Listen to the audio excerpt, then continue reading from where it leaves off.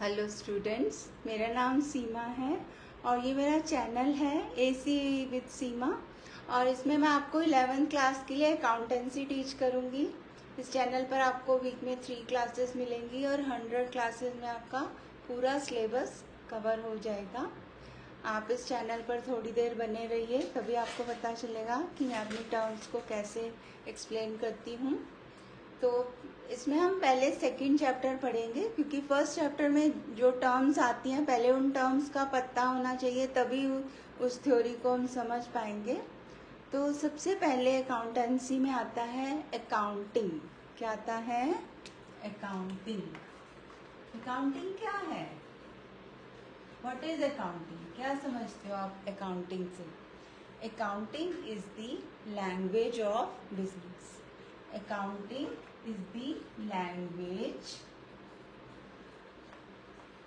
of business. Accounting क्या है? Business की लैंग्वेज है। अब आप कहोगे ये बिजनेस की लैंग्वेज कैसे है? जैसे अकाउंटिंग में हम क्या करते हैं, फाइनेंशियल ट्रांजैक्शंस का, जो भी फाइनेंशियल ट्रांजैक्शंस होती हैं एक बिजनेस में, उसको उनका रिकॉर्ड रखते हैं। फर्स्ट ऑफ ऑल क्या करते हैं? उनका रिकॉर्ड करते हैं। कोई भी बिजनेस होता है तो उसमें फाइनेंशियल ट्रांजैक्शन तो होगी ना। या तो हम कुछ खरीदेंगे या बेचेंगे या सर्विस प्रोवाइड करेंगे, उसके बदले में हमें कुछ मिलेगा। तो जो भी हमें मिलेगा या हम देंगे, वो हर ट्रांजैक्शन का रिकॉर्ड रखना जरूरी होता है। जैसे हम अपने घर में भी रोज डे वाइज रखते हैं, फिर मंथ वाइज रखते हैं कि हमने कितना खर्च किया, क्या क्या ट्रांजैक्शन हुई, कहाँ कहाँ हमने खर्च किया।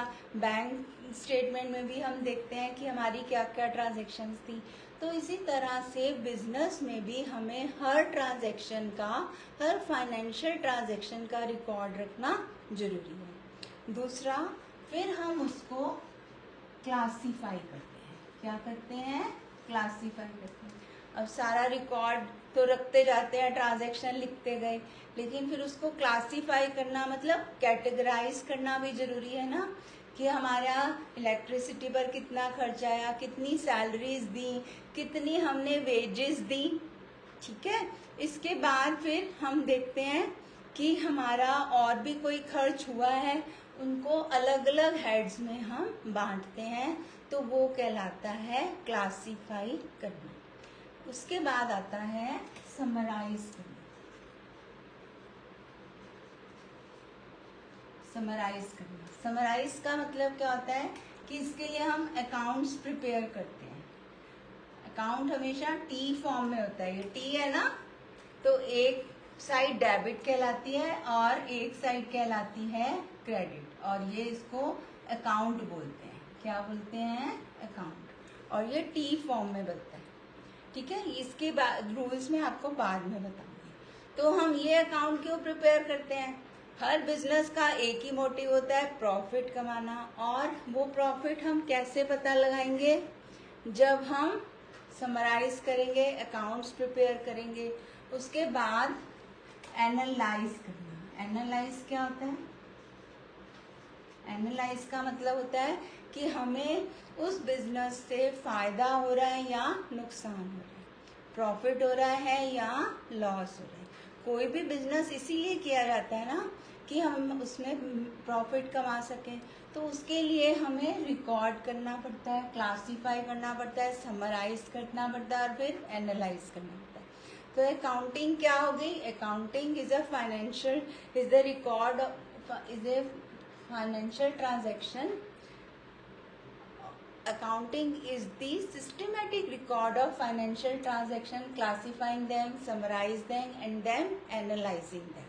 तो ये हो गई, इन चारों को मिलाकर आपकी अकाउंटिंग की डेफिनेशन बन जाती है।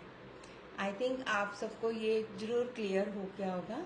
अगर ना हुआ हो तो आप कमेंट सेक्शन में बताइए। उसके बाद आता है हमारी टर्म्स। टर्म्स में आती है सबसे पहले एंटिटी। एंटिटी का क्या मतलब होता है? अस्तित्व, एग्जिस्टेंस। कोई भी एक इकोनॉमिक यूनिट होता है, उसका बिजनेस यूनिट होगा, उसकी अपनी एक अलग आइडेंटिटी होगी, अपना अलग अस्तित्व होगा, मतलब उसका अपना एक नाम होगा। इसमें दो तरह की होती है, बिजनेस एंटिटी और non business entity. Business entity मतलब जब भी हम किसी शॉप से कुछ सामान लेने जाते हैं तो उसका कुछ नाम होता है ना। जैसे मान लो हम स्टेशनरी शॉप से कुछ लेने गए, उसका नाम था सनशाइन स्टेशनरी, ठीक है। या ऑप्टिक हाउस, हमने अपना स्पेक्स लिया तो उसका नाम है। अब इसका एक ओनर भी होगा, तो ओनर की अलग एंटिटी है, अलग आइडेंटिटी है, उसका अलग अस्तित्व है, और इसका अलग। तो ये क्या हो गया, इकोनॉमिक यूनिट। बिजनेस एक्टिविटी करेगा ना तो ये इकोनॉमिक यूनिट है। इनका मेन मोटिव क्या है, प्रॉफिट कमाना। क्या है, प्रॉफिट कमाना। और नॉन बिजनेस एंटिटी में भी जो आएंगे उनका कुछ नाम होगा, जैसे स्कूल है, एनजीओ है, और आपके चैरिटेबल हॉस्पिटल्स हैं, इनका भी कुछ नाम होता है ना। तो इनकी भी एक अलग एंटिटी है, लेकिन इनके मोटिव जो है वो प्रॉफिट कमाना ना होकर क्या होता है, कम्युनिटी को सर्व करना। They work for the welfare of the community. They work for the welfare of the community. ये नो प्रॉफिट नो लॉस पर काम करते हैं और कम्युनिटी, समाज को अपनी सेवाएं प्रदान करते हैं।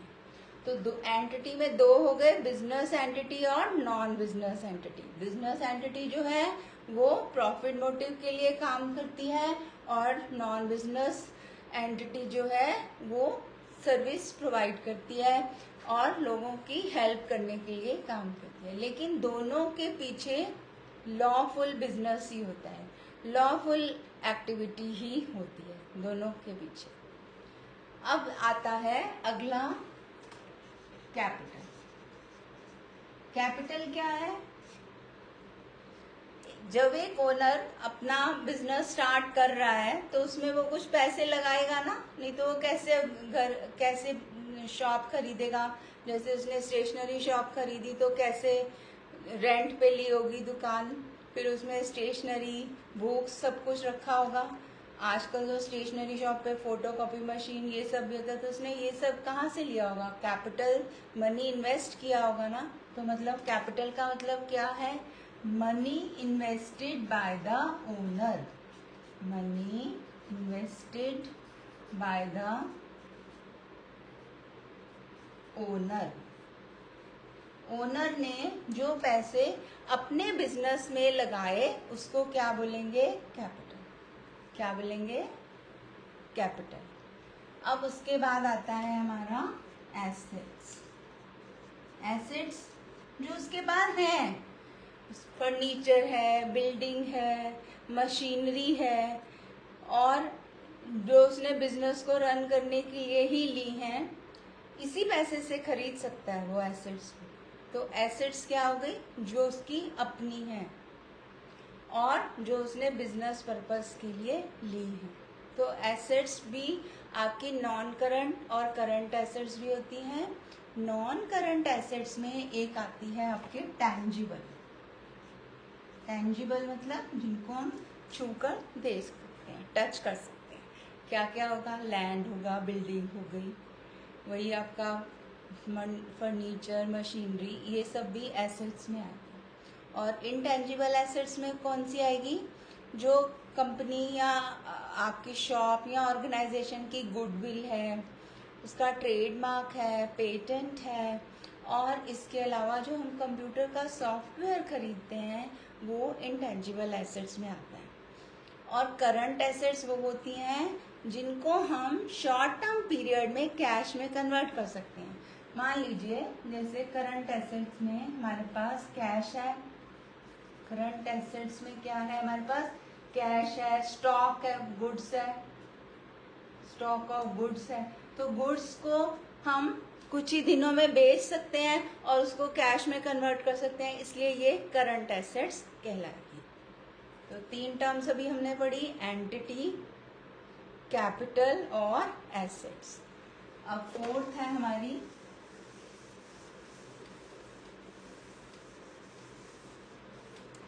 Liabilities. Fourth one is liabilities. Liabilities क्या है? जो बिजनेस को पे करना है। जैसे हमने किसी से लोन लिया है या उधार माल लिया है, तो वो हमारे क्रेडिटर्स होंगे, हमें उन्हें पैसा देना है। ये हमारे बिजनेस की लाइबिलिटी है कि हमें ये पे करना है। तो लोन, क्रेडिटर्स, ये सब लाइबिलिटीज में आएंगे। उसके बाद आता है ड्रॉइंग्स। ड्रॉइंग्स है जो बिजनेसमैन अपने पर्सनल यूज के लिए बिजनेस में से जो पैसे या गुड्स जो भी चीज निकालता है उसको क्या कहेंगे? ड्रॉइंग्स। क्या कहेंगे? ड्रॉइंग्स। ऐसे बिजनेस जब शुरू कर लेते हैं तो ऐसे ही अगर उसमें हमने जितने पैसे इन्वेस्ट किए हैं उतने बाहर निकालते रहेंगे तब तो हमारा बिजनेस नहीं चल सकता ना, क्योंकि जब बिजनेस में प्रॉफिट होगा वही वो अपने घर लेके जा सकता है। तो ड्राइंग्स जो उसने अपने पर्सनल यूज के लिए उसने बिजनेस में से निकाला वो कहलाता ड्राइंग्स। उसके बाद नेक्स्ट आता है हमारा रिवेन्यू। रिवेन्यू क्या है? जैसे हमारी गुड्स थी 10,000 की और हमने बेच दी 15,000 में, तो ये जो 15,000 का अमाउंट हमें मिला है ये कहलाएगा रिवेन्यू। क्या कहलाएगा? रिवेन्यू। ये भी प्रॉफिट नहीं है, ये रिवेन्यू है। अब इसमें से अगर हम 10,000 cost of goods sold minus करते हैं तो हमारे पास 5,000 क्या आ जाएगा? ग्रॉस प्रॉफिट है।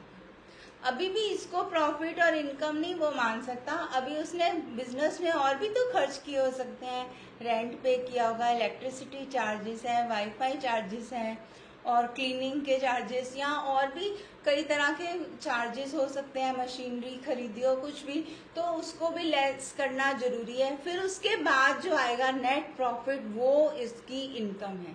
और इनकम जनरेट तभी होती है जब इनकम एक्सपेंसेस हमारे कम हो। इनकम ज्यादा हो और एक्सपेंसेस कम हो तभी हमारी इनकम जनरेट होगी और तभी हमारा प्रॉफिट होगा, तभी हमारी इनकम ज्यादा होगी। और अगर यहाँ पर उसका जो एक्सपेंसेस है वो ज्यादा हो जाएंगे तो हमें लॉस होगा, और वो लॉस कौन बियर करेगा? ओनर ही करेगा, क्योंकि इसमें वो एक अकेला ओनर है। आप 12th क्लास में फिर हम आगे पार्टनरशिप वगैरह पढ़ेंगे जिसमें 2 या 2 से ज्यादा पार्टनर्स भी होते हैं। यहाँ तो उसने अकेले ने कैपिटल लगाई है ना, तो प्रॉफिट भी उसका होगा और लॉस भी उसका होगा। उसके बाद आ जाता है आपका गेन।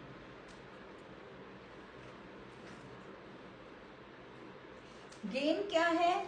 ये नॉन रेगुलर एक्टिविटी से आता है, कभी कभी होता है non regular activity. Non regular activity क्या है कि आपके पास कोई पुराना फर्नीचर पड़ा था या पुरानी लैंड बिल्डिंग एसेट्स पड़ी थी या पुरानी मशीनरी पड़ी थी, आपने उसे बेच दिया और जो आपको पैसे मिले वो आपका गेन में आएगा। इसके साथ एक और टर्म है आपकी एक्सपेंसेस, जो मैं कह रही थी, आप रेंट, सैलरी, इलेक्ट्रिसिटी चार्जेस जो हम पे करते हैं और वाईफाई के चार्जेस हैं, फोन के हैं, और भी जो भी चार्जेस आएंगे वो एक्सपेंसेस में माने जाएंगे, जो हमें लेस करने हैं तभी हमारा नेट प्रॉफिट निकलेगा। तो स्टूडेंट्स, आज की क्लास में हमने क्या पढ़ा? सबसे पहले हमने पढ़ा अकाउंटिंग। क्या पढ़ा हमने? अकाउंटिंग। अकाउंटिंग क्या है? Is the systematic accounting is the systematic way of recording, classifying, analyzing and summarizing the financial transaction. Accounting is the systematic way of recording, classifying, summarizing and analyzing the financial transactions। और in financial transactions को record करने के लिए हमें language of business चाहिए जो है accounting. और अकाउंटिंग उन 4 चीजों से बनी है, रिकॉर्ड, क्लासिफाई करना, समराइज करना और फिर एनालाइज करना। और हमारी कुछ टर्म्स यूज होती हैं इसमें, कैपिटल है, एंटिटी है, एसेट्स हैं, आपका ड्राइंग्स है, एक्सपेंसेस हैं, रिवेन्यू है, प्रॉफिट है, लॉस है, गेन है। और एंटिटी में उसमें 2 पार्ट्स थे, बिजनेस एंटिटी और non business entity. Business entity क्या थी, जो प्रॉफिट मोटिव के लिए काम करती है। नॉन बिजनेस एंटिटी जो थी उसका जो मोटिव होता है वो वेलफेयर ऑफ दी सोसाइटी होता है। इसके बाद ड्राइंग्स जो है वो पर्सनल यूज के लिए है। रिवेन्यू जो हमें टोटल मनी मिला अपनी गुड्स बेचकर या सर्विस प्रोवाइड करके। और प्रॉफिट वो होगा जो हमारे एक्सपेंसेस सभी माइनस करके जो हमारे पास बचेगा वही हमारी इनकम और वही हमारा प्रॉफिट है। गेन जो है वो कभी कभी होता है नॉन रेगुलर एक्टिविटी के थ्रू, और ये कभी कभी है एक्सीडेंटल हमें मिला है तो ये कहलाएगा गेन। तो स्टूडेंट्स, आई होप कि आपको आज की क्लास समझ में जो भी मैंने पढ़ाया आपको समझ आ गया होगा। और अगर आपको कुछ पूछना हो तो आप कमेंट सेक्शन में पूछ सकते हैं। और अब हम नेक्स्ट क्लास में मिलेंगे, तब तक के लिए कीप स्माइलिंग।